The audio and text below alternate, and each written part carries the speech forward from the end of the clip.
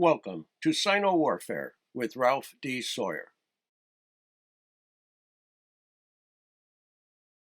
Realizing water's critical importance, China's strategists began trying to sever the enemy's water supply in the Warring States period. Denial generally took two forms. First, depriving the enemy of water that might be exploited for logistical support, defensive barriers, mounting an aquatic attack, or extinguishing incendiaries. And second, eliminating supplies intended for normal human consumption. Now, because dehydration quickly incapacitates people, it was usually the primary objective. But China's congested cities were also extremely susceptible to fire. Without water, a single flame might grow into a great conflagration. Even though deemed a significant factor in China's theoretical corpus, theft of water could only be accomplished by blocking or draining, was infrequently attempted. Instead, according with its long-standing theoretical emphasis upon debilitating the enemy, the military writers advised diverting or otherwise seizing their water supplies.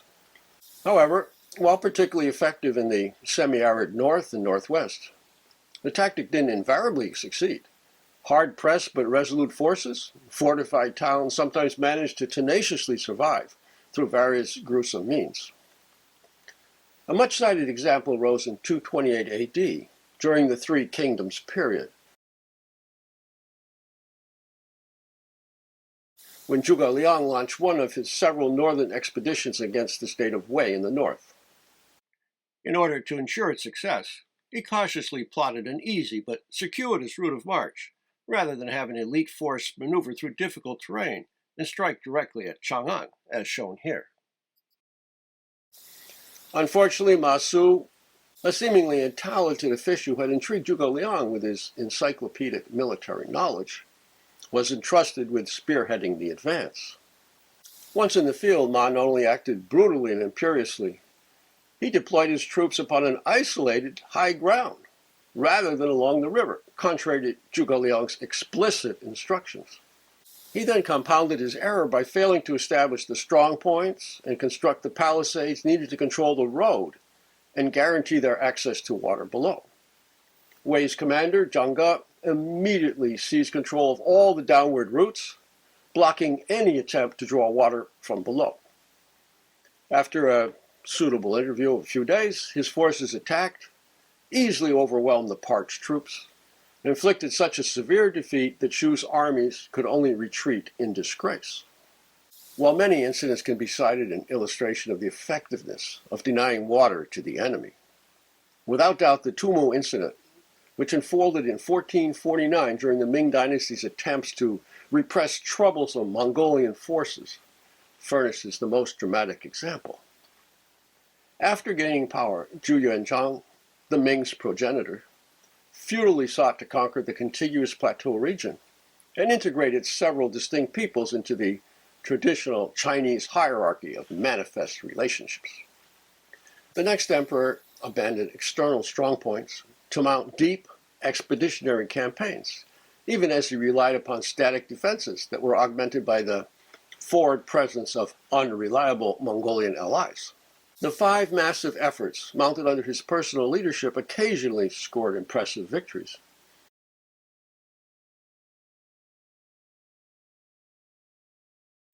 But also severely depleted China's fiscal and military resources. Moreover, the last two campaigns not only proved ineffectual, but saw the emperor perish as well. Then reports of Oirat advance under the charismatic leader known as Essen in 1449 prompted the inexperienced Ming Emperor Yingzong to mount an ill-conceived response upon the urging of Wang Zhen, a very powerful official. One of Essen's four columns deliberately enticed Ming attention by targeting the bastion at Datong, but the main thrust struck toward a citadel at Xuanfu, amid collateral strikes towards Liaodong and Gansu. Within a few days, they penetrated the weak frontier defenses and achieved a major victory north of Xuanfu on 7/15, which drove the local defenders westward to Datong. The ill-prepared Ming troops, nominally said to be 500,000, but that's probably a vast overstatement, that very day coincidentally departed for Datong via Xuanfu. Mired by several days of rain, they ran short of supplies and quickly became dispirited after encountering remnants from the Ming defeat on the 28th. Having learned of the Orient's power when they arrived at Datong on 8-1, the terrified Wang Zhan decided to abandon the campaign despite their vastly superior numbers.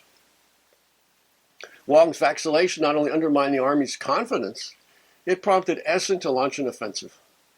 Moreover, apparently to avoid damage to his personal estate, Wang short-sightedly insisted the army retrace its outward trek, even though the northerly arc increased their exposure to the enemy. This simple schematic shows the relationship between Xuanfu, Datong, and Tumu. All three of them lay between what would eventually become the two northwest lines of the Great Wall, which had yet to be built. The distance from Beijing to Tumu was about 70 to 80 miles, and the distance between Xuanfu and Datong, as well as Xuanfu and Beijing, roughly 80 to 90 miles. The first Orient assault, which decimated a detached Ming unit, was followed by the successful ambush of a strong relief contingent.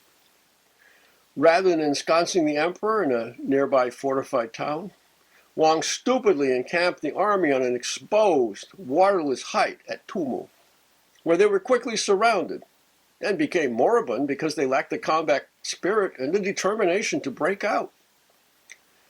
Essen then employed a feigned peace overture, accompanied by minor withdrawal, to lure the parched Ming troops into stampeding toward the nearby river. Some 20,000 Mongolian cavalry quickly exploited the disorder, inflicted 70,000 or more casualties, killed untold senior commanders, and captured the emperor. And by the Warring States period, the defensively oriented Moas had already begun consciously targeting the water supply as part of more extensive programs intended to deny aggressors any material of possible utility. However, for localized response, since poisoning, whether with chemical agents or putrefied materials, could often be more easily accomplished than laboriously severing a city or army's water supplies, it sometimes was the method of choice. Poison was first utilized in China at Yulin, a famous frontier point in 559 BC, when the state of Jin sought to avenge a severe defeat it had suffered at the hands of a two-pronged Qin army in 562 BC, just 3 years earlier.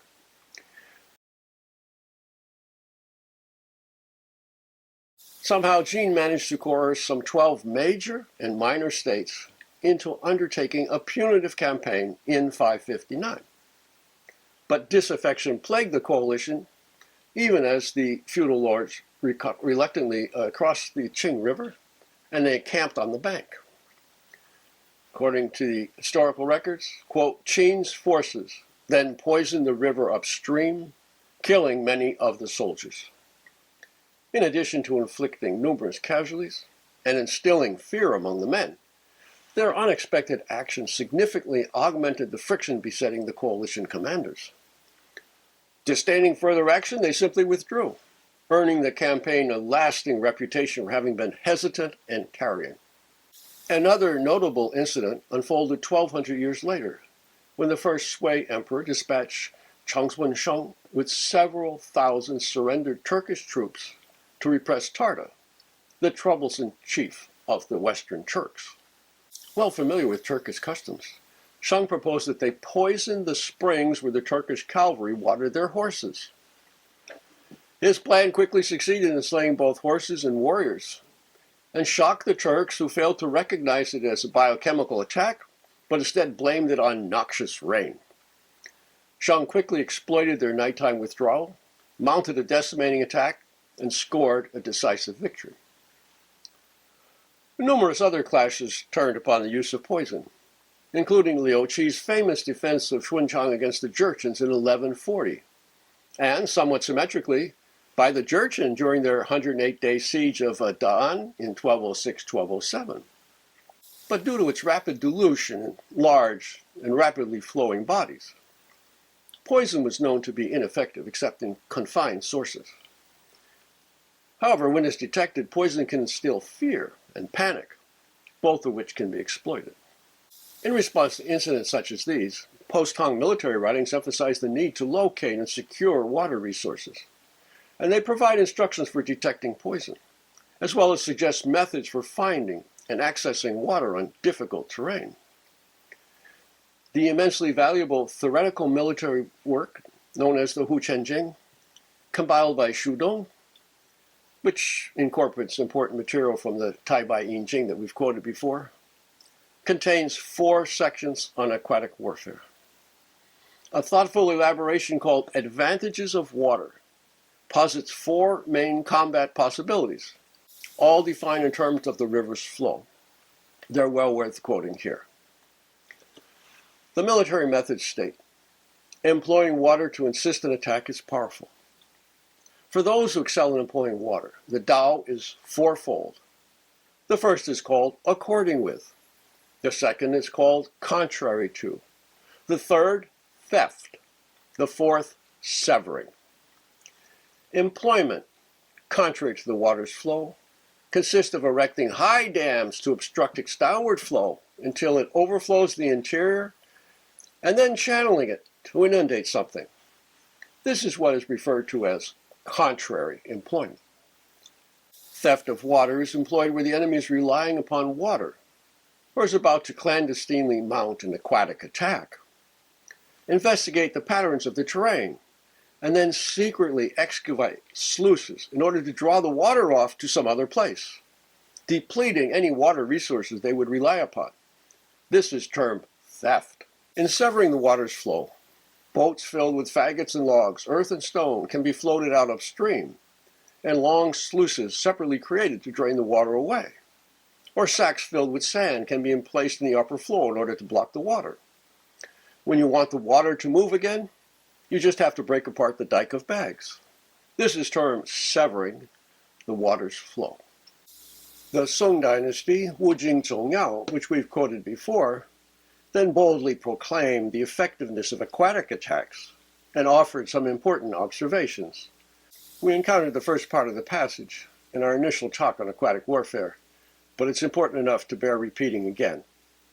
Aquatic attacks are the means to sever the enemy's routes, submerge the enemy's cities, float the enemy's huts and sheds, and destroy the enemy's provisions and stores. A mass of 1 million can be turned into fish. Even cases of lesser harm can still cause them to clamber up trees to live and suspend pots to cook.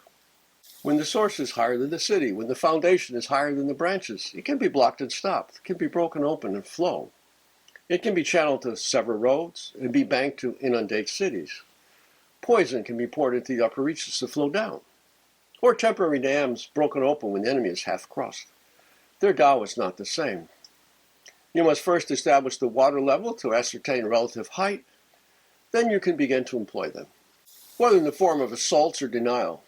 Rather than being exceptional, the concept and measures integral to aquatic attacks had thus entered the repertoire of standard military tactics.